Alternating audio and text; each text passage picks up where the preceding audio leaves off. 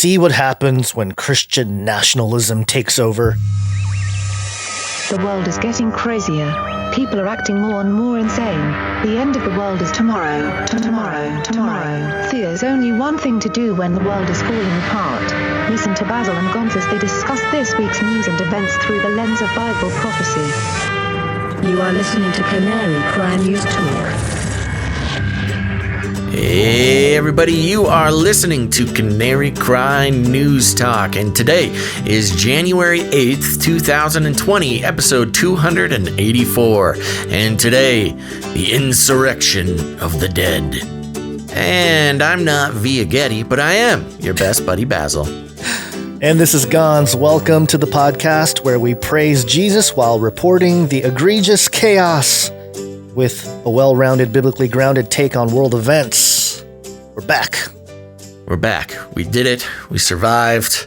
Yep. And things just keep happening, Gonz. That's the thing about doing a news show. There's always more news. Yeah, nothing is slowing down. 2021 seems to just be one big blur of like 2020 squared is what we're seeing so far. Yeah.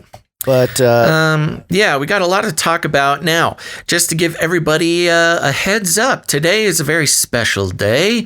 We will be we're going to be doing a lot of updates to follow up on the Wednesday's events over there at the Capitol. A lot of things to catch up on in regards to more information being available about that incident and surrounding incidences. And then the Canary Cry News Talk portion of today's broadcast will be a little bit shorter than usual, but that's good news because we just need to make time for the Canary Cry radio episode that we'll be broadcasting immediately after. So once this show is done, don't go anywhere. Just stay right where you are because we'll be talking to Timothy Alberino, friend of the show, and dashing adventure man. Yeah, explorer extraordinaire turned author. Yes. Yeah, so we're good friends Been a with while, Tim. been a few years. Yeah. 2015 is when we last interviewed Tim on Canary Cry Radio. I think I've had him on the Face Like the Sun channel once or twice since then, but we're going to talk about his book Birthright, which is a fantastic book. I got through most of it, and I'm very jealous. I'm jealous that he wrote it and I didn't. Well, before we get into the show here, I just want to remind everybody, especially over on YouTube, if you're watching the live broadcast, it will help us so much if you hit that like button early. It tells the algorithms that we're worth a shot. It'll share the show with other people. So if you don't mind helping us out, hit that like button. Thank you very much. And if you want to click more, you can like, subscribe, bell, and hit all. Bell button, yeah. See, I didn't even know the bell button was a thing. Well, you got to hit bell, and then you got to hit all, so you get all the notifications. I feel so old. They just made it hard for every. I mean, that was like 2 years ago. Once that happened, I was like, whatever. And they keep my channel, Face Like the Sun channel, in the 263,000 number. They've capped me. Yes, they've capped you. I have not been able to break 200. Well, I got over 264,000 once when I stopped publishing videos or live streaming the podcast on the channel. And as soon as I started doing that again, right back down, unsubscribe like 200-300 people a day. And it just you keeps me thought right in you that range. could get away with it. I know. What do I expect from YouTube? What a silly idea they would let you post videos on YouTube. You know those. You know what I hear about Susan and all those YouTube head people over there. Have you heard? No. He's a Satanist. All of them. You're gonna get in trouble. I know. Okay. Well, we should probably just jump right into it. Let's do it. We have a bunch of, I guess, election. We don't have a proper jingle other than the election voter fraud jingle, so we'll just play that. And so my question is very direct. Is voting by mail secure? No.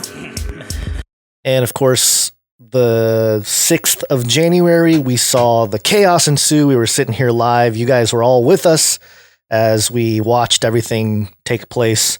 And, Grace over at Really Graceful pointed this out. She has a video on it as well. But there's a book that was written about 100 years ago, over 100 years ago, 120 years ago. And it's called The Last President by Ingersoll Lockwood. And in the book, as I'm trying to scroll through the PDF here, Ingersoll Lockwood is the author that also wrote Baron Trump's Adventures or something like that. The time-traveling kid named Baron Trump. The Adventures of Baron Trump, I think. Yeah, something like that. Yeah, and she pointed out, which is very eerie, is that part of the story in The Last President, they basically destroy the Capitol as part of the last president, the last situation that takes place. So I got a couple things here from the book, and it says, the new year, the new century was born, but with the last stroke, a fearful and thunderous discharge as of 1,000 monster pieces of artillery shook the Capitol to its very foundations, making the stoutest hearts stand still and blanching cheeks that had never known the coward color. The dome of the Capitol had been destroyed by dynamite. So not quite that dramatic, but still interesting that... Well, it depends who you listen to. You listen to some of the mainstream media outlets. That's true. It was worse than 9/11. This was Pearl Harbor.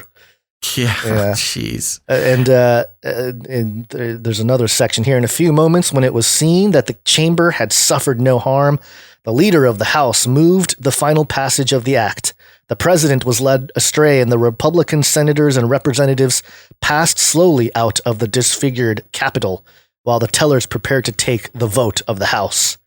So I don't know. It's weird. It's definitely weird that a book 100 years ago that by an author that also wrote about Baron Trump time traveling into Middle Earth or Center or the Hollow Earth or whatever, also had a book about the last president and how the last moments of that last president was the Capitol falling apart. What's the name of that author again? Ingersoll Lockwood.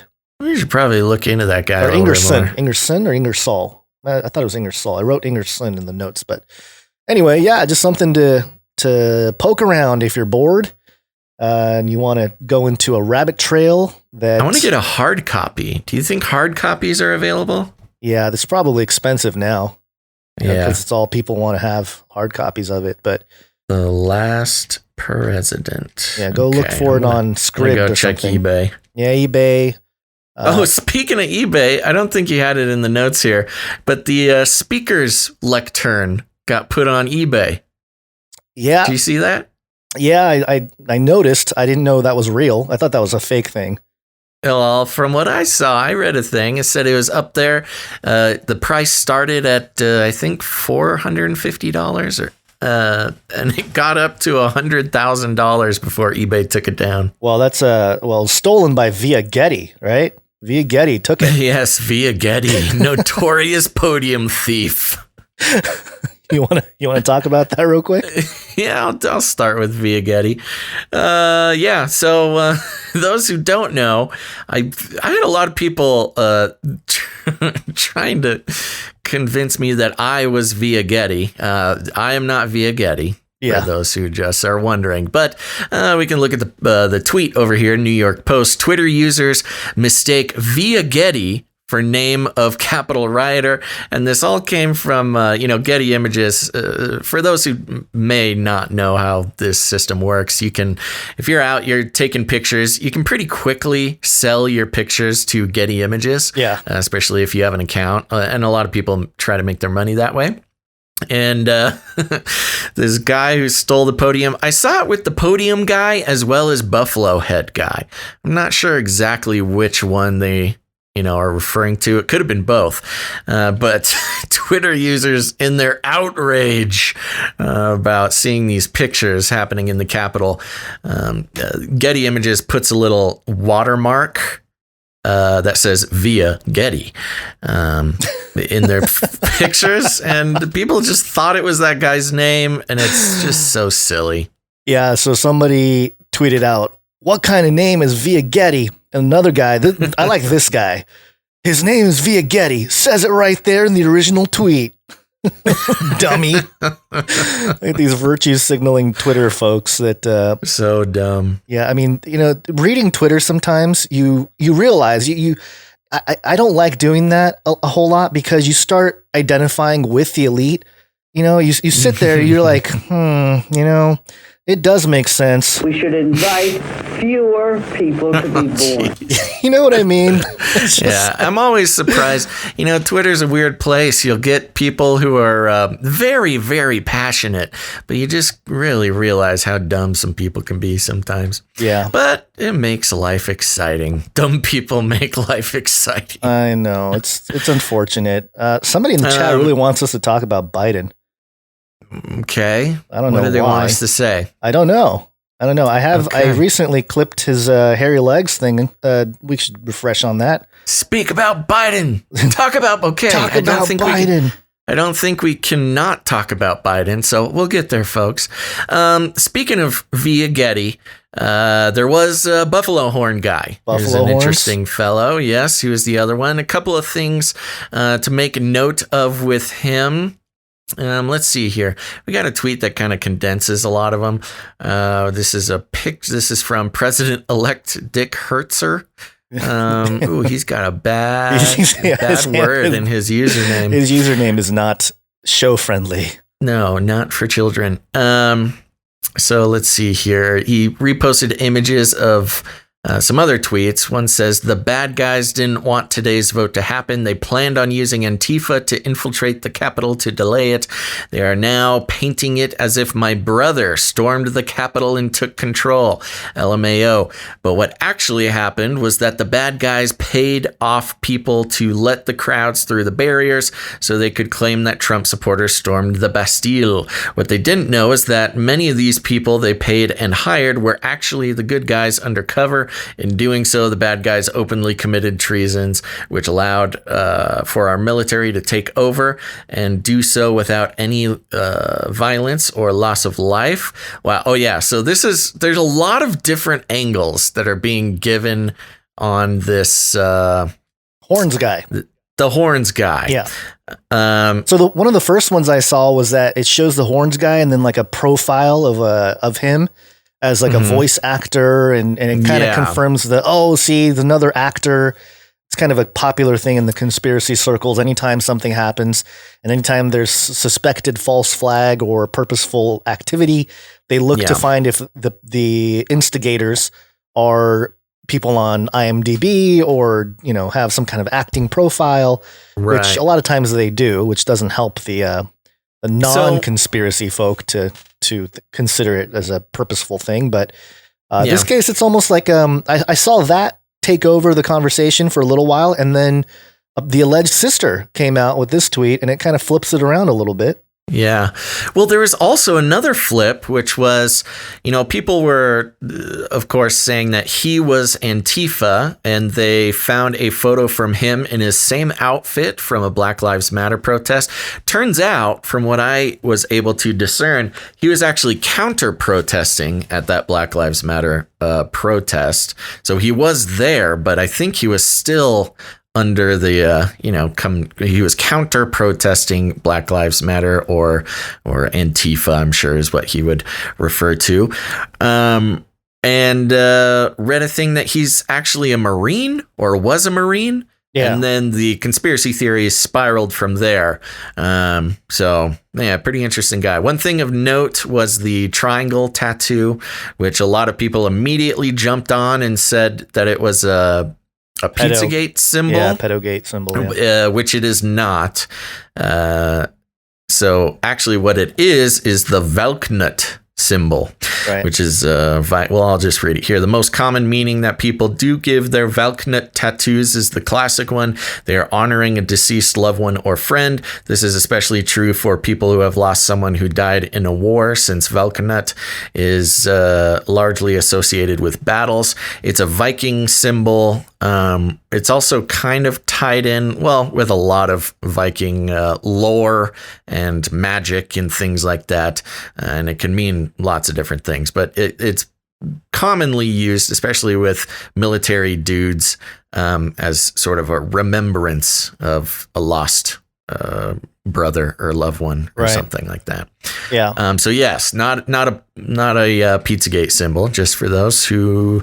Now there was also a couple of pictures that popped up with Buffalo Horns guy, one with Rudy Giuliani. Yeah, see, I was going to mention, why do these guys always have pictures with very high level politicians? And it's just strange how they all seem to run in the same circle. Even if this guy's like, whatever side he's on, he seems to have been known. It kind of looks like the picture with him and Giuliani kind of looks like Giuliani was signing books or something. Yeah. And he just showed up to, take a picture with them. But hold on one second. And there was another picture floating around, which I'm not sure if you have loaded up, but I'll send you a link here. But Buffalo Horn guy, I think it was on the day or a different day. He actually has a picture with, I believe, Nancy Pelosi's son-in-law. Yep, I have it pulled up right here. You do have it? Yeah. Okay. His name is that was Michael pretty weird. Voss, or Mikhail Voss or something, yeah. Now, that one actually looks like, because he's in his horned get-up. Yeah. That one looks like he may have just seen him like on the day and ran up and took a picture or something. I don't know. What do you think about that? Well, that's what I'm saying. Like, it's just weird how these guys that get all the attention have these not necessarily relationships, but just very quickly you have pictures of them all around the internet with politicians, and right. It's just, like the whole thing seems suspicious. Weird, man. Yeah, the whole thing is suspicious. I wonder if what's Pelosi's daughter, or what's the son-in-law's name? Mikhail or Michael, I think Mitchell Voss, Michael Voss. I don't know. Something like that. The interesting thing with that is it looks like he's the one taking the selfie. Yeah, it is. Yeah, maybe he was like, "Oh, cool guy," and then he didn't realize, or I don't know. It's just the whole thing is. Yeah, you never know. I also, apparently Buffalo Horns guy shows up to a lot of Trump rallies. I've seen a lot of people talking about how they have seen him at this rally or that rally or this event or that event. So actually, apparently a pretty prolific event goer. Right. But the jokes are hilarious. And yes, the picture of him standing in the speaker's seat, it's just so epic. That's going to be in history books someday. Yeah. When they when the history books read that, terrorists broke into the Capitol building and overtook the government, and they're going to have a picture of him standing there. Right. Well, the narrative by his sister suggesting that, he had a camera on and he was paid to rush in, and it's kind of like not a blackmail, but like trying to catch these people that are trying to instigate. Double agent. Yeah, like a double agent. Yeah. I don't know about that. Maybe. Of course, his sister has a lot of reason to try to, make him look as good as he can. But I heard somebody had a theory that, he didn't wear a shirt so he could prove that he wasn't wearing a wire, but his horns have His cameras in them. Yeah. Pretty awesome horns. I don't know. Maybe. Who anyway, knows? we're spending too much time on Horns guy. I think there's how other. Can you spend too much time on Horns guy? He was the best part of the whole thing. Yeah, well, he resonates with your kind, so maybe. Okay. Well, lastly, along the same lines, there were some other interesting people there. Of course, we've since the beginning, it's been theorized and noted that certainly there would be, some. At least Antifa people there, which more than anything, that's not even conspiracy theory. That's just good strategy. I mean, if I was Antifa, I would send some infiltrators. It only makes sense. Right. But of course, you get called a conspiracy theorist for that. But over here on FoxNews.com, BLM activist inside Capitol claims he was documenting riots. Once said, burn it all down. The article reads, an anti-Trump activist who once said he wanted to rip the president out of the office entered the Capitol building Wednesday alongside a mob of pro-Trump protesters, but he said he was just there to document it. Quote, there's this narrative going around right now that Antifa was the people there causing the riots, causing the tension. Yeah, imagine that. Why would anybody get that crazy idea? They were the only people breaking into the Capitol, and I wanted to be able to tell a part of history and show that that was anything but the case.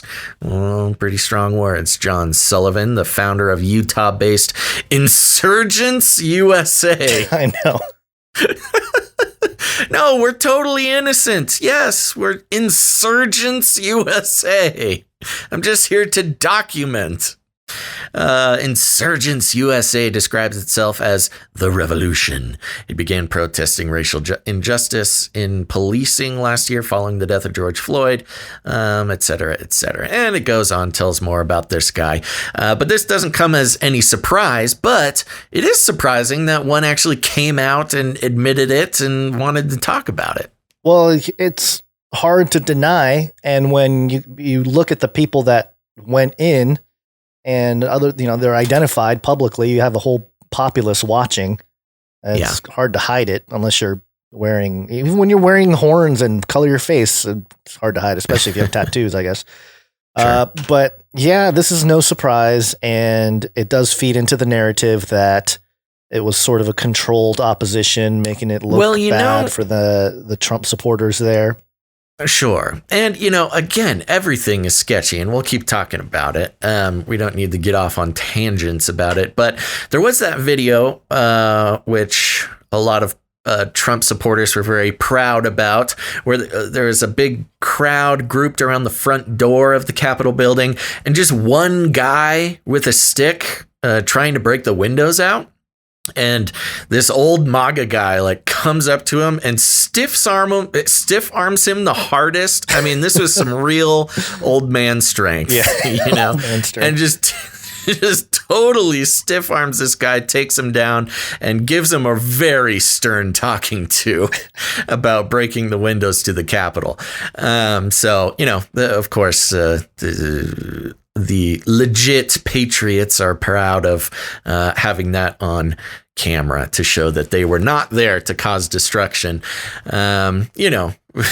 which is not a hard case to make, considering once there's only about 36 people who made it into the building. And my favorite video is when they got through the front doors and they just they stayed within the velvet ropes. Right. They're walking through. They're just walking through very politely, staying within the tourism ropes. Well, I'm kind of bummed. These violent rioters, and they're surrounded by art and statues that you can just imagine in sort of some of the other riots we've seen. None of those statues would have made it. Right. And part of it, I mean, we mentioned it in the last episode, pointing out the PBS NewsHour, the video in the background showing those protesters breaking in, walking through, inside the little red velvet ropes and taking pictures of the statues with their phones. And then guy dressed in the cop, outfit, walking by as if nothing's going on. And then the anchor, the anchor's like, oh, they're breaking in. I'm getting messages from my producer and all this stuff. It's at least try a little harder with the visuals. Silly, man. Yeah. This is worse than 9/11. No spray painting. Nobody was tagging the inside of the Capitol. Yeah, I mean, just some. If you were the opposition trying to make it seem more, worse, go for it. Give him red spray paint. Tell him to spray paint MAGA all over the. Well, there was one. Oh, there was one thing. You know what? And I didn't bring the article. I apologize. Let me see if I can find it real quick. So there was a recent civil rights activist, an older guy who passed away. His name was John. Oh, man. Hold on. Let me see if I can find it. Somebody in the chat, if you know what I'm talking about. Give me this guy's name. So he was a civil rights activist, and I guess he had a little, they had a little plaque for him in there. And I guess somebody did deface that, although I couldn't find any pictures of it. But I read an article that like somebody defaced that. And if that is the case, of which I still need to see a picture of it, that was the only thing anybody destroyed in there, was this one thing of a civil rights activist. I don't understand. I mean, again, yeah, okay, maybe a racist got in there and just left everything but destroyed this one plaque. Or maybe, if somebody was in there trying to craft a narrative about racist terrorists breaking into the Capitol, they would target one specific plaque. I don't know. The thing that bothered me the most John about Lewis. John Lewis. Oh, okay. Yeah. I think I did see something on that. The biggest thing that really annoys me with this whole situation are sort of you can call them progressive-ish Christians that are on social media saying, see what happens when Christian nationalism takes over. And, and then they got a picture of somebody waving the Jesus 2020 flag. There was like a Jesus flag that people were waving out there. And it bothers me because it's like, no, that's completely irrational thinking. Number one, you have a small group of people breaking in. You don't even know if they're actual supporters.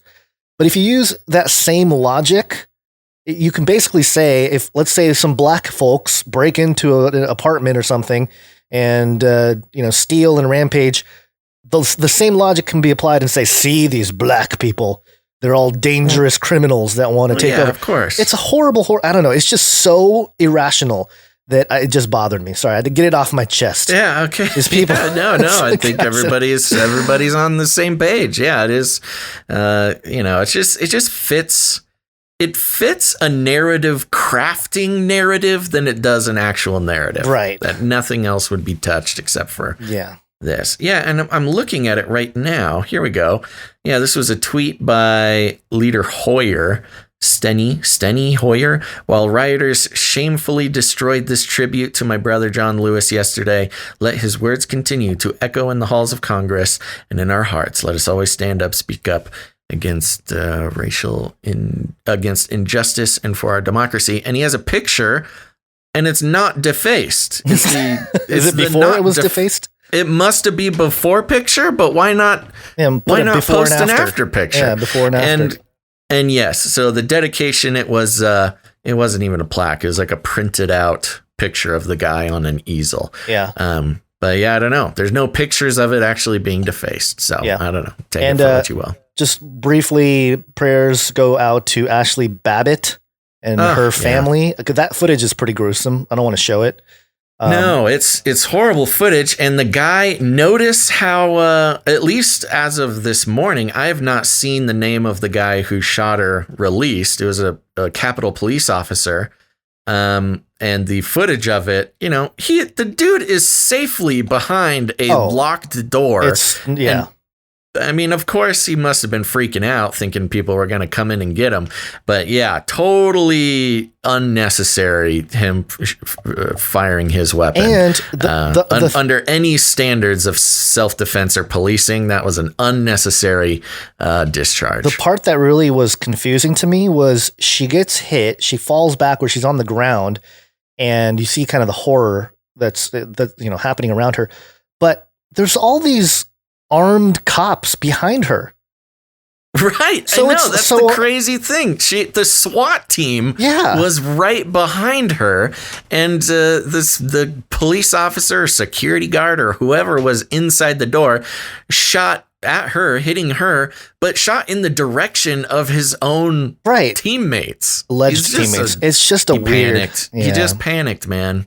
And that's that's the problem. That's been the main problem with most of these policing incidences is they just panic and they fire their weapon when they didn't need to. And that's exactly what happened here. So yes, our prayers go out to the Bobbitt's family and friends. And totally unnecessary and being used just in a disgusting way by the mainstream. Horrible. Mainstream, the social medias. no, nothing like, oh, that's what you get for being a Trump. Like, come on, folks.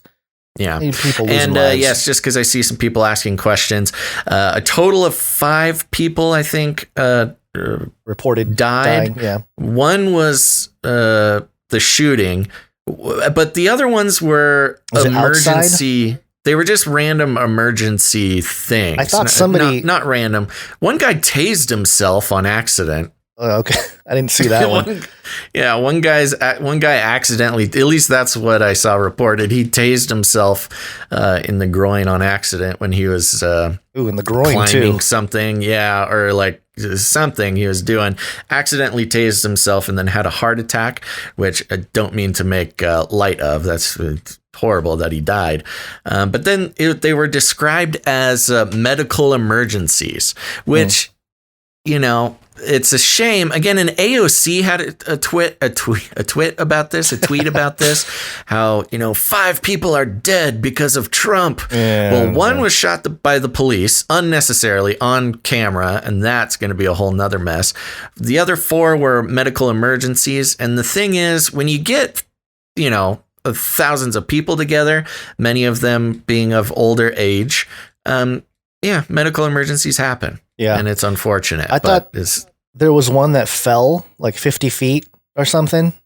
Yeah, probably. There's people climbing up things. Yeah. So I don't know. I don't know all the stuff, but yeah. Well, it's kind of like Burning Man. There's a certain number of deaths at Burning Man every year.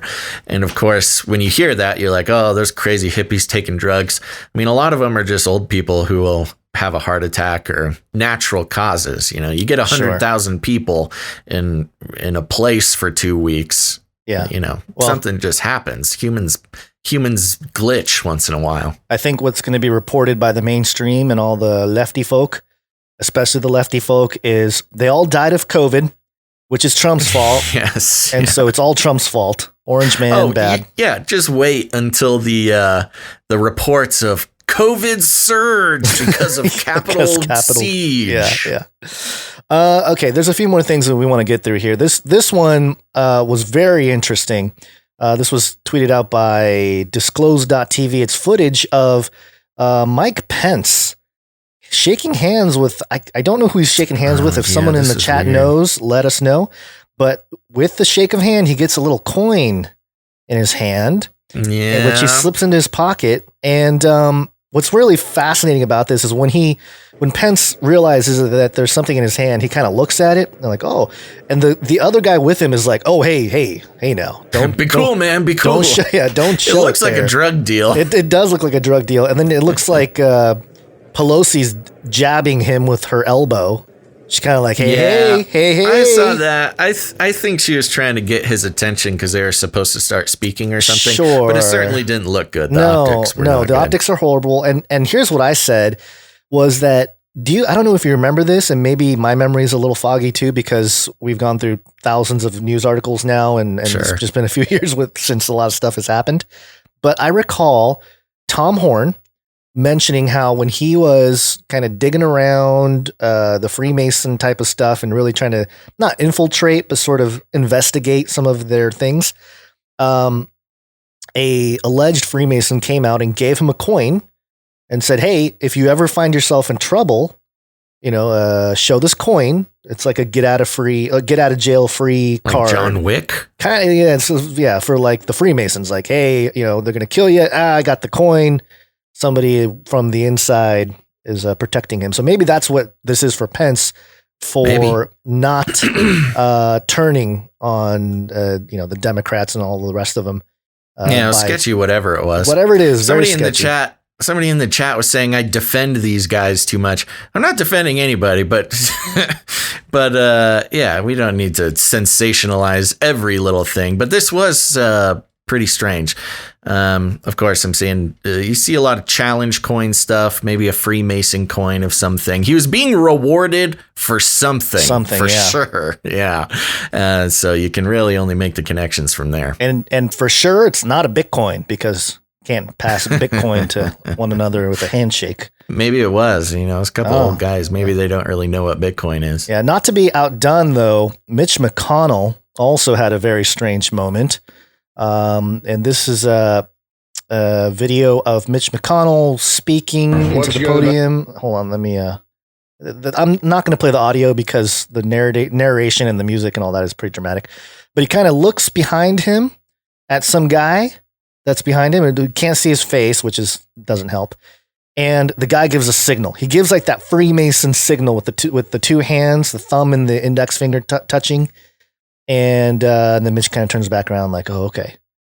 Very strange. Yeah. It was, what a weird time to do it, too. Like, you couldn't wait until he wasn't standing elevated on a podium on camera. I don't know, but... You know, maybe it's supposed to be a public signal? Maybe public signal, but yeah, these guys, do they not realize that they're on camera? Like, oh, let me be sly. But no, it's pretty obvious. Yeah, the Jay-Z is the Jay-Z Illuminati symbol. And then and let's just get into some of the effects here, or the what's taking place now, which is a lot of impeachment talk, a lot of 25th Amendment talk in the last couple days. This is APnews.com. The latest: Biden says second Trump impeachment up to Congress, and basically says the latest on the fallout of the storming of the Capitol by a mob of pro-Trump loyalists. President-elect Joe Biden says it's up to Congress whether to pursue a second impeachment of Donald Trump, but he expected lawmakers to be ready to move on his agenda as soon as he is inaugurated. Biden's comments to reporters came after House Speaker Nancy Pelosi said in a Friday letter to lawmakers that House Democrats would move to impeach Trump again if he did not resign immediately. Pelosi and other lawmakers have pressured Trump to step down after Wednesday's attack on the U.S. Capitol by a pro-Trump mob that lawmakers in both parties said was incited by Trump. Yada, yada, yada. So here's the thing. This is what I've noticed from the right-wing side of the conversation. This type of hastiness to get Trump out of there. I mean, what's the point? There's 2 weeks left, right? Less than that. So it's like, why are they trying to get him out? Why are they trying to invoke the 25th Amendment and impeach him and get him out of there and all this stuff? And the narrative from the right wing holding on to any kind of hope is that it's because Trump can now, the only card he has left is the Insurrection Act. And, all the things, I don't know, a month ago we said, why isn't Trump doing it? Why is he waiting? And it could be that, the military basically told Trump, hey, go through the main ways to do this, local court, Senate, and it's kind of like the Trump card, the final Trump card. Okay. Yeah, only play it if you have to, kind of thing. And now that we're at this point, maybe he's planning to do that. I don't know, but you're talking about doing the Insurrection Act from the Trump side. So that's kind of the hope. Before I want to go into the Insurrection Act, just for those who might not have a full picture of what exactly that looks like. But real quick, let's catch up on the 25th Amendment stuff. Yeah. One interesting thing that came out on WashingtonPost.com. You want to go to the WAPO first? Yes. Let's go to WAPO first. Get me with the paywall. Good thing I had it open over here. Haha, WAPO. Interesting headline came out. There's no requirement to tell the public if the 25th Amendment is invoked. Ooh, as rioters waving Trump. Okay, I'm going to skip that first one. No, I'm not. As rioters waving Trump flags stormed the Capitol on Wednesday, the 25th Amendment was suddenly rocketing back into people's minds. Yes, it was only a matter of minutes before they started talking about the 25th Amendment. Section 4 of the amendment allows the vice president and cabinet to temporarily transfer the president's powers to the vice president. Several sources reported that cabinet members were actively discussing invoking Section 4 as effectively replacing President Trump with Vice President Pence. Then a more startling suggestion began circulating on Twitter that Section 4 had already been invoked. One data point driving that speculation was that the D.C. National Guard supposedly had been called up by by Pence, not by Trump. Now that the dust is settled, these reports appear to be erroneous. It was the acting defense secretary who had called up the guard, as he has the authority to do. He had consulted with Pence before doing so, but Pence was not exercising presidential power. Nevertheless, the idea raised an interesting question. If Section 4 is invoked, would we necessarily know? The short answer is yes, probably, but the longer answer is not as simple. The 25th Amendment does not have any sort of formal requirement of transparency. To invoke Section 4, the Vice President and Cabinet must transmit their declaration to the Speaker of the House and the President pro tempore of the Senate that the President is, quote, unable to discharge the powers and duties of his office, which is a key phrase that we'll get into in a little bit. It is conceivable that all of these people could agree to keep the transfer of power under wraps. If the President's condition were temporary, for instance, it might not be worth alarming the public or roiling financial markets. Then they go through some more explanation of this and how it would be very hard to do because so many people need to know who is in charge. Right. That essentially what they're saying is they could try to keep it secret, but there's almost a 0% chance that it would stay secret for long. But then they end with this. In sum, while it is technically possible for Section 4 to be invoked without the public knowing about it, it is unlikely and unwise. The notion that there was a secret invocation this week appears to be more of the same wishful and conspiratorial thinking that has become such a hallmark of our times. And I thought this was interesting because that seems to be, if it were a conspiracy theory, not one that I had heard, but if it were one, it seems like a conspiracy theory that the left would be creating or latching onto.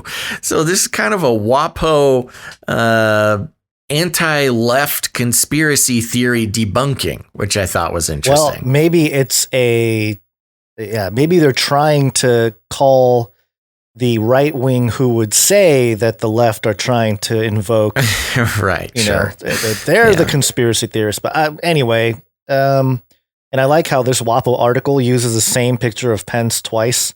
They couldn't find another picture. WAPO. Anyway. Mm-hmm. Yeah. Well, real quick, I just want to speed through another thing, which was the WallStreetJournal.com. DeVos resigned after she believed 25th Amendment taken off the table. Have you been following this DeVos thing? A little bit. I mean, I'm not super really into the politics, but not surprised. Yeah, I don't know. So, of course, DeVos is just in this group of basically, I heard it described once as the rats jumping off the ship.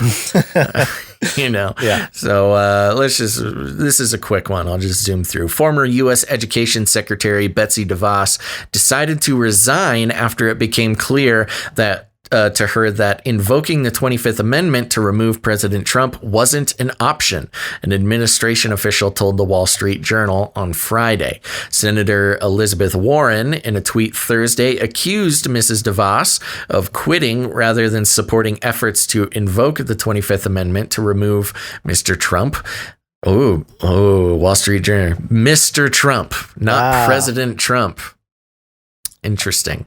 A Trump administration official disputed Mrs. Warren's claim. Quote, when it became very clear that the 25th was not an option, this was the strongest stance Mrs. DeVos could take to uphold her oath to defend the Constitution, the official said.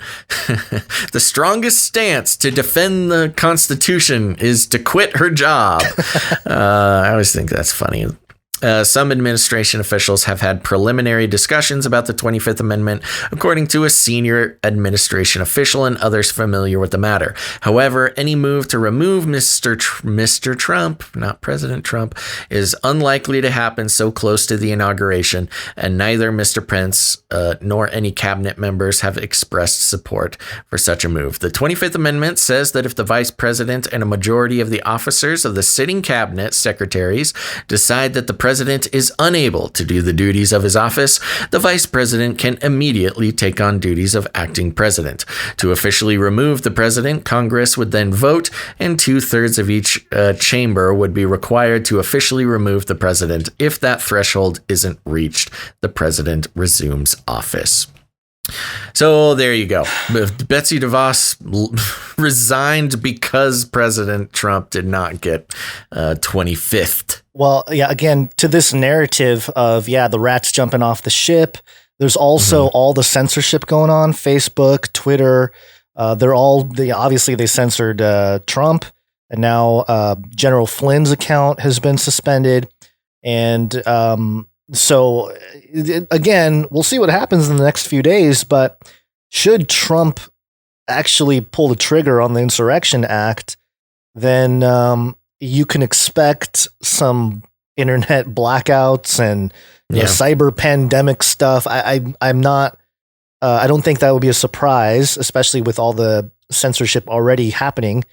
And, well, the interesting thing, sorry to interrupt, but before you get too far into the Insurrection Act, you want to look at it? What? No, go ahead. It's the interesting thing with the 25th Amendment is I believe that it is a temporary thing. I don't think that it's a permanent removal of the president. It's happened throughout the history of the United States. Recently, George W. Bush had some, I think he had some surgeries or something, so he put Cheney in charge, and it's usually for a short period of time. A few days. I don't know if it's ever happened permanently, and I don't know if it can happen permanently. But moving into this this zone, this weird last 2 weeks of the Trump administration's time, the trying to impeach him now is just sort of, I think they just want to keep insulting him. That's kind of what it seems. Yeah, that's possible, but it's like a personal thing. I think they're trying to hedge their bets too. They don't want him to actually hit the insurrection button. Well, I think that's the only other. I think that's the only other thing that makes sense. It's his last move, and so according to policy.defense.gov. It says, wherever there is an insurrection in any state against its government, the president may, upon the request of its legislator or of its governor, if the legislature cannot be convened, call into federal service such of the militia of the other states in the number requested by that state, and use such of the armed forces as he considers necessary to suppress the insurrection. Use of military and armed forces to enforce federal authority. Again, anytime there's a president, the president considers that unlawful obstructions, combinations, or assemblages or rebellion against the authority of the United States make it impracticable to enforce the law of the United States in any state by the ordinary course of judicial proceedings, which is, again, any ordinary course of judicial proceedings is everything he's tried to do thus far. He may call into federal service such of the militia of any state and use such of the armed forces as he considers necessary to enforce those laws or to suppress the rebellion. So given that we've been hearing all about the, China involved and Germany and Frankfurt and all this kind of stuff, Trump can say we're under foreign attack and pull it off. But again, I don't know if he's going to. Can he do it with domestic? Does he need a foreign actor? I don't necessarily think he does, but it just says any obstruction, any unlawful obstruction. So I think it can be anybody. But again, you mentioned how this sets a bad precedence in the future. Should things flip around, it's the other way around. Let's say for future presidents to. Consider that, we have unlawful obstruction. We have anarchists and libertarians are trying to uphold the Constitution. And well, they wouldn't, the language would probably be the other way around. Like, they're trying to ruin the Constitution. But it's just interesting when you read through this because it's, again, it's Trump's last play. Will he do it? We'll have to see. How long does that take? What does it take? Is that something he can just say? I think is it just a thing he can do? I think it's a thing he can do. I saw some some right-wing people that are on Trump's camp or in Trump's corner say that I think it was the Navy. It was either the Navy or the Army, probably the Navy, had put out a message saying like all systems go, which was they alluded back to some old Q post, like all systems go, ready to go. If we need to arrest and we need to confiscate the voting machines and all that, we can Trump can go in there and do it. So right. We'll have to see how it all plays out, but that's I think that's the last play for right now, and then we'll say we're running out of time. Right, all this secret cracking Trump's Q. Genius stuff is 70 chess. Yeah.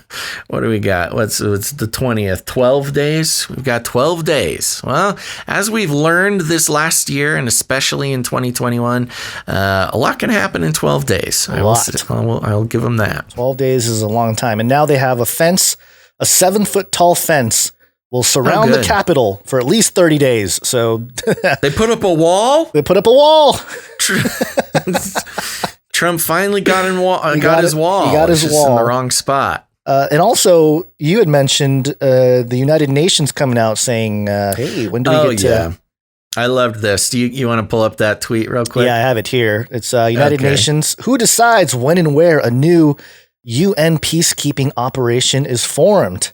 This came out the morning after, Wednesday, the morning after the siege on the Capitol.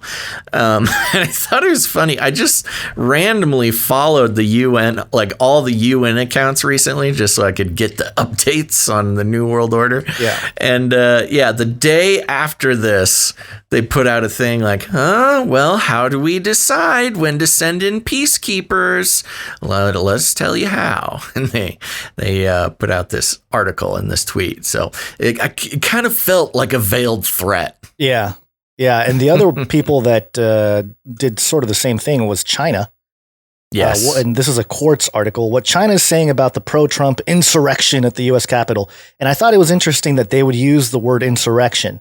And you see a lot of articles use that word, the Trump insurrection at the U.S. Capitol. Yeah. Almost like they're trying to bury the idea of it was worse than act. Pearl Harbor, didn't you know? Well, I thought a podium was stolen, Gons. But basically, the story is that the Chinese offered the peacekeepers to come help with the transition, and it's like, all right, okay, China. Right. We know you're in control of this country now. You and all the socialists taking over all the branches of government. So, I don't know if we talked about it much when it happened, but there was something about how how China was sending troops to Canada to train in cold weather warfare. Oh, yeah, I remember that. Yeah. Remember that? And so I haven't looked into it much, but I saw some people, Canadian listeners, talking about how China was using this as a way to stage troops north of America. Yeah, maybe. I'm curious what the QAnon folks are going to start saying if Biden gets inaugurated. Like what's the play now? Is it 2024 Trump or? Yeah, it turns to 2024, or who knows? Maybe they'll wait for something to overturn the Biden presidency in a couple months or something. On the Ides of March, perhaps. Ladies and gentlemen, I give you the next president, number 46 of the United States. I sit on the stand, and it get hot. I got hairy legs that turn blonde in the sun, and the kids used to come up and reach in the pool and rub my leg down so it was straight, and then watch the hair come back up again. They'd look at it. So I learned about roaches. I learned about kids jumping on my lap, and I've loved kids jumping on my lap. And I tell you what, the men, they're now all men, the guys I work with down here, and they're all guys at the time. They're all good men. Most of them made an awful lot of themselves. And Earl Larkin had a rough time. And some of you knew Earl. I sit on the Okay, so some of you knew Earl. Some of you knew Earl. Oh, Earl. Yeah. Anyway, there you go. Okay.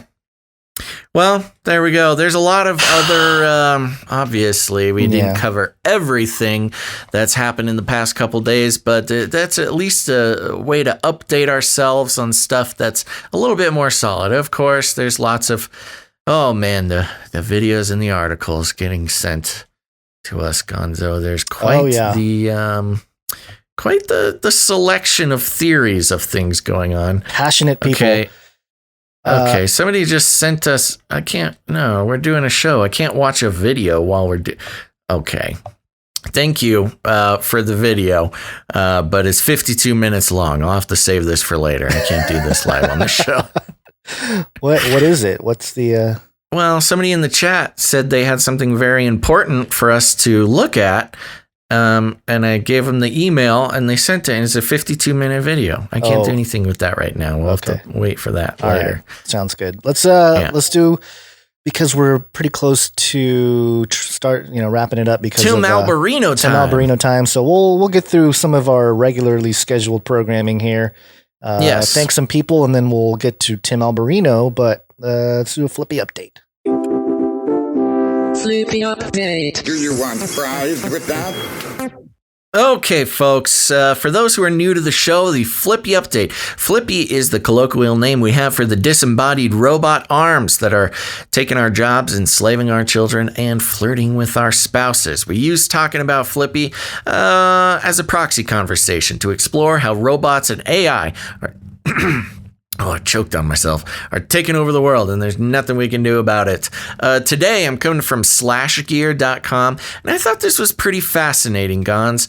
The headline is Self-Repairing Ice Robots May Be Perfect for Exploring Other Planets. A major challenge when it comes to using robots to explore other planets is keeping them operating when there's no way to repair them on Earth. Researchers at the GRASP lab in the University of Pennsylvania have conducted what they call very preliminary work on robots made from ice that can repair themselves. The team, including Devin Carroll and Mark Yim, note they have only begun exploring the possibility of making robots from ice. Building robots from ice is a serious challenge, no kidding. But scientists believe ice exists on most planets, making it an abundant building material. Some things can't be created from ice, such as batteries and electronic components. Yet, one big benefit of using ice for structural components of robots is that it's easily modified using heat, and it can be cut and sculpted. Ice can also be easily attached to itself. The paper written by the researchers looks at multiple ways of manufacturing robot structural components from ice using additive and subtractive manufacturing processes. The research aims to demonstrate concepts for robots able to self-reconfigure, self-replicate, and self-repair. One discovery made by the team on the subject so far is that the most efficient and effective method of creating robot components from ice is simply using a drill. Ooh, science, everyone. Just use a drill to make a robot. One potential challenge is figuring out what to do with shavings and wastewater, etc., etc. So I thought this was pretty interesting in this age where there's a lot of exploration in amorphous robots, soft robotics, self-propelled transformer robots made from nanoparticles and materials. They're finally like, let's just make it from ice. There's ice everywhere. So Flippy's getting kind of chilly. Yep. There's a lot of people in the chat saying ice, ice, robot. Ice, baby. Yeah. Well, ice, Flippy. It's a chilly robot. Yeah, it's just interesting because as just to compare it or to attach it to the robo threat that we're all experiencing as we move into the future. Robots who are able to build themselves being a big issue, and resources become a big issue at that point. But if they are able to build themselves from ice, there's nothing we can do. We're all doomed. Yeah, they can survive any type of condition. If it's cold, they can build themselves from ice. If it's hot, maybe they can, I don't know, mold lava or something. Build themselves out of fire. Yeah. Fire bots. Yeah. Okay. So that's your Flippy update. Got a few updates of my own to get through, and we will call it an episode and bring in Tim on another stream here. Sounds good. This broadcast to give you a brief update. By the end of this timely interruption, you will be thoroughly updated. 33 is the number of completion of the Great War. 33 is the Illuminati dog whistle. They love the number 33 on all kinds of media. Reuters.com, China reports 33 new COVID-19 cases versus 33 a day earlier. Oh, wow. Double 33. It's a lot of 33s. Mainland China reported 33 new COVID-19 cases on January 4th, matching the count from the day before, which is also 33. A lot of 33 there, China. And that's it. That's the update. This one, a good update. This one is, it says that you want to. Do you want to do this one? Which one? Oh, yeah. Beep, beep, beep, beep, beep, beep, beep, beep system. Yeah, this was actually a big one. Unilag.co.uk, British scientists developing world's first COVID-19 vaccine smart patch. It's the smart patch, Gons. Scientists from Swansea University in Wales are striving to develop the first coronavirus vaccine smart patch. The patch will use microneedles to both administer the coronavirus vaccine and monitor its efficacy for the patient by tracking the body's immune response. The research team plans to develop a prototype by the end of March in the hope that it can be put towards clinical trials and ultimately released to the public. I like how released, like they're letting a tiger out of the cage, as part of the effort to tackle the coronavirus outbreak. Scientists at Swansea's Impact Research Center hope to carry out human clinical studies in partnership with Imperial College London with the aim of making the device commercially available within 3 years. So they're planning on having to give vaccines for at least 3 years, over 3 years. Hey, before you go on here, hold on. Did my Twitter account get shut down? I don't know. Let me think go so. Look. What'd you do, Gons? I don't know. I got a message from Tim Kilkenny just now, and he says that he pulled up my account here, and it says "Face Like the Sun" does not exist. No, Basil too. Maybe you're here for me. Okay, I can see you. All right. What about people in the chat? Maybe he put on a VPN. Yeah. You can't look us up your at VPN work to China. Can't look us up at work, Tim. No, we're not safe for work. Yeah. Using polycarbonate or silicon millimeter long microneedles, the smart patch can penetrate the skin to administer a vaccine. It can be held in place with a strap or tape for up to 24 hours, during which time it simultaneously measures the patient's inflammatory response to the vaccination by monitoring biomarkers in the skin. Once the vaccine has been administered, the device is scanned to produce a data reading that can provide an understanding about the efficacy of the vaccine and the body's response to it. Those involved with the project received Welsh government and European funding as part of the global response to overcome the coronavirus pandemic. Those scientists hope the smart patch can also be used to treat other infectious diseases, the BBC reports. And then it kind of just goes on. But this was interesting, Gons, because this is, we in our sort of journey to try to be rational about the mark of the beast. There's a lot of people talking about luciferase being in the vaccine, which it is not. That is involved with the quantum dot tattoos. But this patch is one step towards the quantum dot tattoos. Yeah, absolutely. I mean, again, not that, quantum dot stuff has been around for a long time. Right. And this type of technology has been around for a long time, but to actually, we've been discussing it, and I guess it's just another one of those. Called it. Because we didn't say, because we were saying that this alleged vaccine that they're putting out there, the mRNA, that's not what this is. But now that they're putting it out there, I mean, here it is. Not really surprising, but just don't get it. I mean, I don't recommend people get this thing. They make this thing so attached. scary looking. It's got, it's got tiny little spikes, but they take such a close up picture. They look like giant spikes. There's just a whole bunch of pyramids going right into your vein. Oh, the pyramids. Yeah. Yeah. All right. Got Okay. a few Don't get more updates. Or do whatever. real I don't quick. care. Yeah, a couple more updates. Yeah, see, I told Tim, turn off your VPN, and he had his VPN turned on. So whatever VPN he's using doesn't want us to be shared on it. But there you go. Good. Sorry, Tim. We're still here. But let's see, real quick. CRISPR. Cas9. This is sciencemag.org. Can't scroll website. Okay.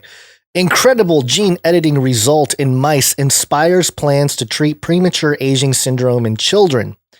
So it says here one mouse is hunched over, graying, and barely moves at 7 months old. Others at 11 months have sleek black coats and run around. The video and other results from a new study have inspired hope for treating children born with progeria, a rare fatal genetic disease that causes symptoms much like early aging. In mice with the progeria, is it progeria or progeria? Progeria causing mutation. A cousin of the celebrated genome editor known as CRISPR corrected the DNA mistake, preventing the heart damage typical of the disease, a research team reports told Nature. So basically, again, CRISPR technology correcting DNA mistakes. And this is more of the beginning of genetic manipulation and DNA change. Is first it's correcting things, and then once they start correcting things, then it opens the Pandora's box in terms of, well, let's just add a few things. Instead of just correcting, let's enhance. And that's when you start talking about the parabolic move towards post-human or non-human, transhuman, where we no longer are part of the way we were designed, and we're more so something else that maybe become irredeemable. So another development in CRISPR tech. And so I think something like this is way more in terms of DNA manipulation than the vaccines as they currently are, at least with the mRNA literature there. So just something to keep in mind. And what we're all going to have to do is find our apocalypse shelters. And that's what Basil has for us here, zerohedge.com. Welcome to Basil's Bunker, everybody. Zerohedge.com. You can now buy a tiny bulletproof home for the apocalypse. Oh, there's music to my ears. Whether it is the apocalypse or the U.S.'s more immediate socioeconomic collapse sparked by the coronavirus pandemic, demand for doomsday bunkers has exploded. While only the ultra-wealthy can afford luxury doomsday condos buried hundreds of feet below the surface in old missile silos, millennials, who are mostly broke, that's true, That's very have true. very little options to protect themselves from surging violence across major metros. Until now, already popular among the millennial generation are tiny homes. No thanks to the Federal Reserve, who has unleashed a massive housing bubble this year, sending affordability to decade lows. Zero Hedge, they love throwing in little jabs to the Federal Reserve or whoever needs it.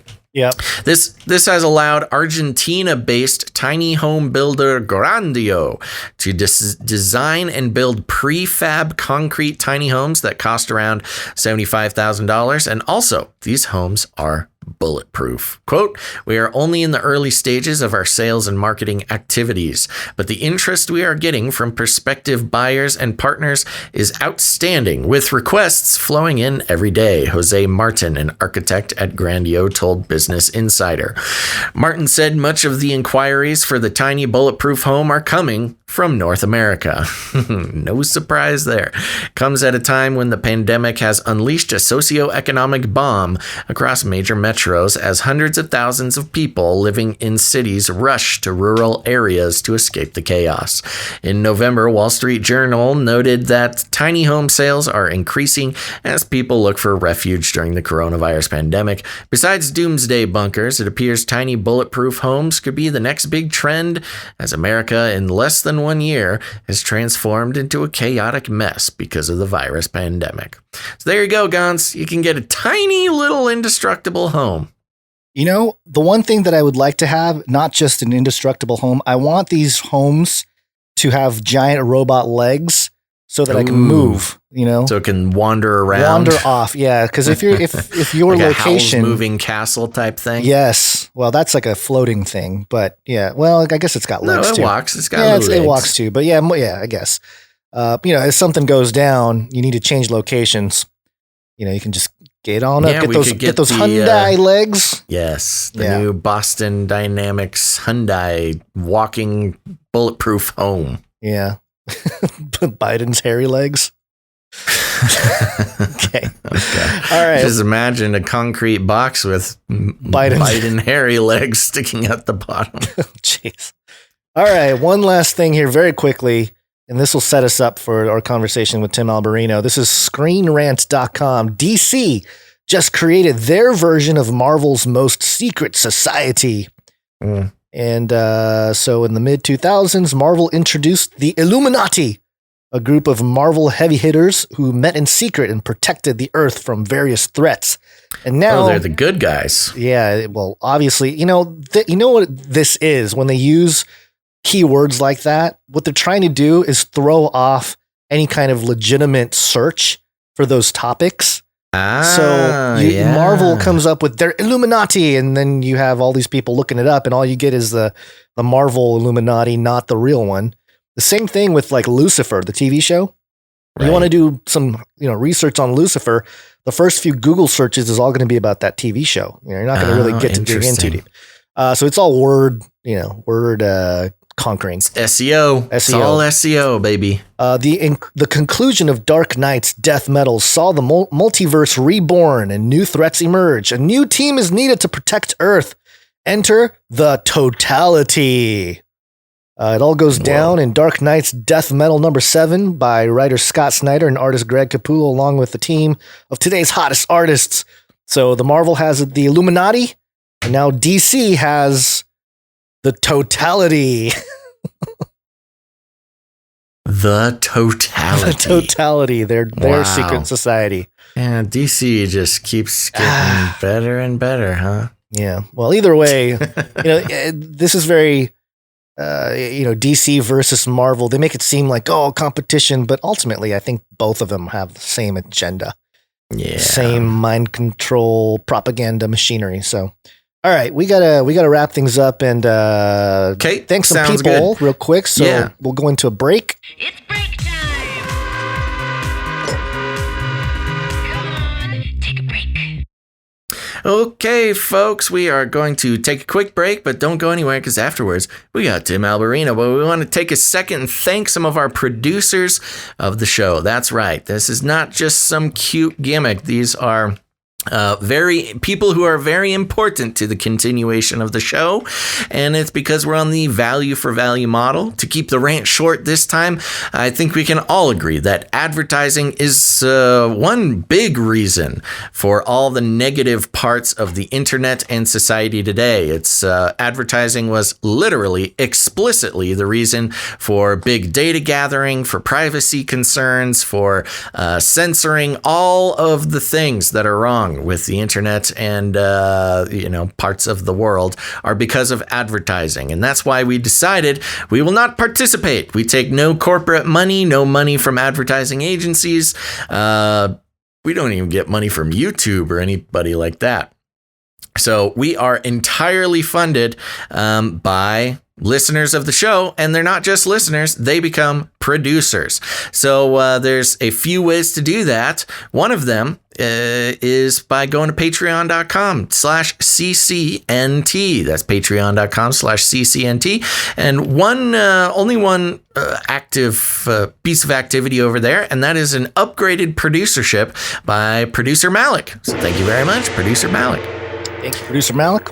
Yes, Malik has decided to increase his rebellion against the global theology of advertising, which is closely and explicitly tied in with mind control and worldview building by major corporations who control your the structures of how you perceive the world. Next, we have canarycryradio.com/support. canarycryradio.com/support.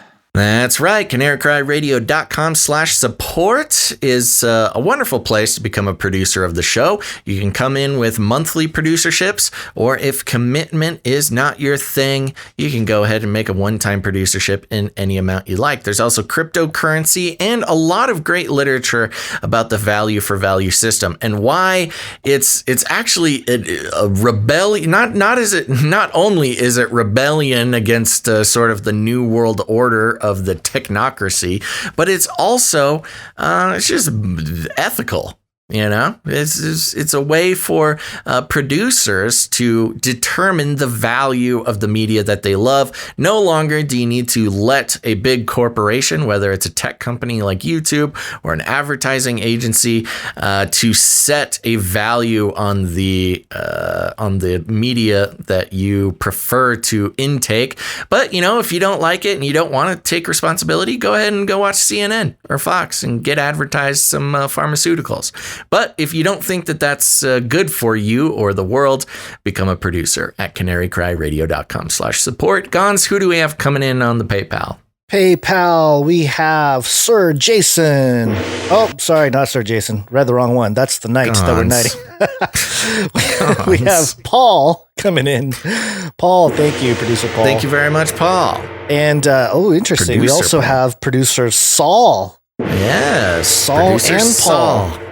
Yeah, thank you very much, producer Saul. And we are executive producer for the episode, producer Allison. Thank you, producer Allison. Thank you. She says, "Hi, Basil and Gons. I've been listening to your show for some time now, and I wanted to send you my tithe so you can keep the show going. You both do an amazing job, and I look forward to each new show."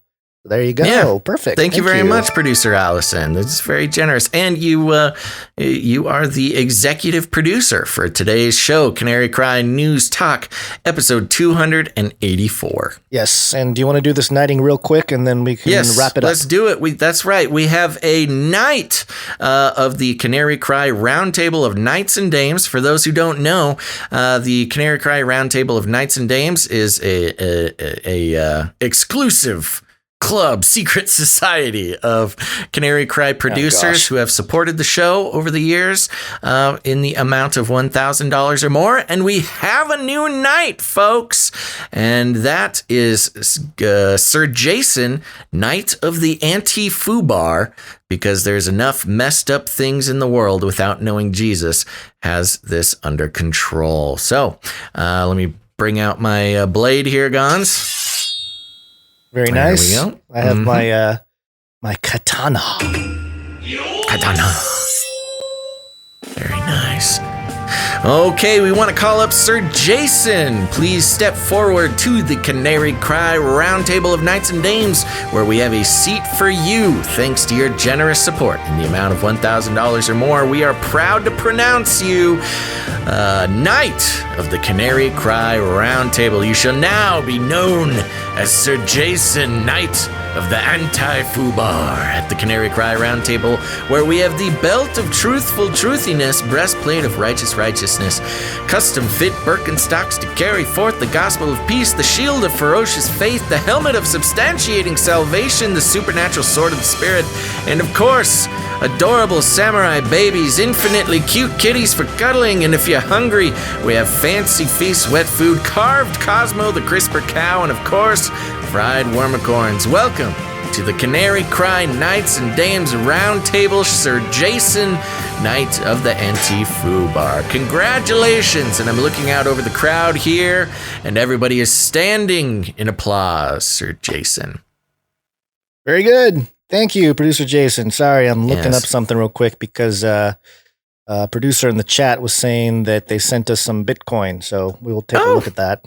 Thank you, anonymous Bitcoin producer. Yes, so we'll thank you probably in the next episode. Well, it's somewhat anonymous, so it's kind of hard to keep track of who's sending it to us. Yeah, you can send us an email if you want us to give you credit for that. Yeah, thank you for that. And the only other thing to mention here, and we got to get off because we got to get Tim on, is Canary Cry. Oh, we got to do the art and the jingles. Should we save that for the next episode? We are just running so late that I think we should do that. We don't want to keep Tim waiting too long. Yeah. So thank you, artists and jingle makers. We will thank you in the next episode, which will be Monday, right? Monday the 11th? Oh, yes. Yep, Monday the 11th. Yeah, sorry. Okay. Yeah, okay. So I was distracted by something. Yes, so there you go. We'll be back January 11th on Monday with another episode of Canary Cry News Talk. Thank you, everybody, for tuning in. Make sure to like the YouTube video here. Now, I do want to say, before people keep moving on too fast, we will be beginning our interview with Tim Alberino in about, I would say, realistically, about 5-10 minutes once this is done. So if you're on Twitch, just stay right where you are. If you're on YouTube, you're going to want to go back to either the Canary Cry Radio channel or the Face Like the Sun channel and just wait for the broadcast to come up and click on that and jump on there. We had some questions about that last time, so just to help. So remember, you can become a producer. We're going to need producers for Monday's show. You can head to patreon.com/CCNT or canarycryradio.com/support. Oh, that's me. canarycryradio.com/support. That's right. So you can go there, become a producer, and help keep the show going. We can only do it with the help of our producers. But you can help out the show in a lot of other ways. We do, on a usual day, we will have art and jingles and music that are created by our producers to help produce the show. And so if you're an artist or a musician, you can create show-themed pieces of art or music and send them to canarycryradio@gmail.com. And if that's not your thing, you can also help out the show by sharing it or leaving a rating and review. That's also helps out the show quite a bit, and it just lets people know what you think of the show, and you can it helps out the algorithms. Again, it's all about those algos, baby. It tells the algos to share the show with people who have not heard it before. Other than that, share the show on your social media. You got friends, you got family. They're starting to wake up to the fact that the world is not what it seems. And if they need a little help with that, send them an episode of our show. And they will be very grateful. And we'll be grateful to have them listen as well. And if you need any more instructions, here's what you do. You walk right up to him, you grab him by the cage, and then you shake it. The end of the world occurred pretty much as we had predicted. I want to shake things up, stir up some controversy, rattle a few cages. Hey, stop that! You'll never silence me. I'm the last angry man, a crusader for the little guy. Leave the bird alone. Never. Rattle a few cages. Rattle a few cages. The human race will have every opportunity to improve. And if they don't?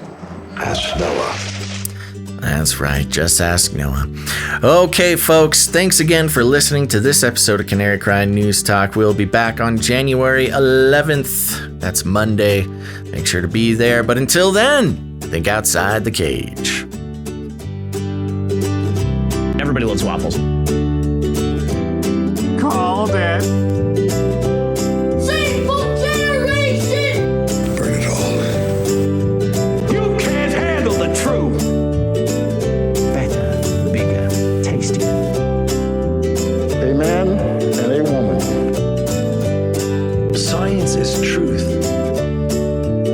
Invite fewer people to be born.